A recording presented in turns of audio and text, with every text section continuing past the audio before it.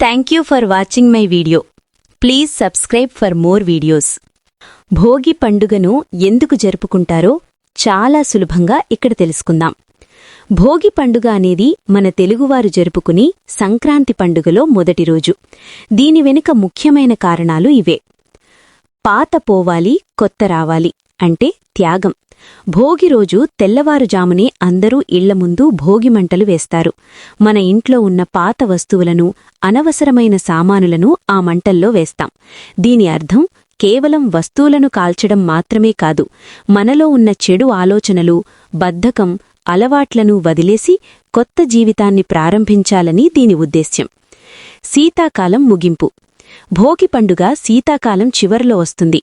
ఆ సమయంలో చలి ఎక్కువగా ఉంటుంది. తెల్లవారుజామున మంటలు వేయడం వల్ల శరీరానికి వెచ్చదనం లభిస్తుంది.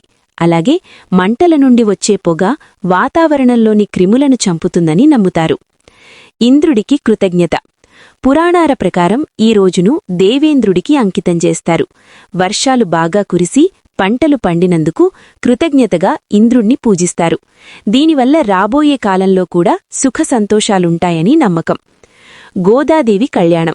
మరో కథనం ప్రకారం గోదాదేవి అంటే ఆండాళ్లమ్మవారు శ్రీరంగనాథుణ్ణి పెళ్లి చేసుకోవడానికి కఠినమైన వ్రతం చేసి ఈ రోజే స్వామివారిని చేరుకుంటారు.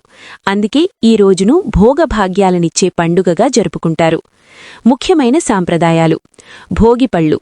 చిన్నపిల్లలకు దిష్టి తగలకుండా రేగుపళ్ళు, నాణాలు కలిపి తలమీద పోస్తారు. దీనినే భోగిపళ్ళు పోయడం అంటారు.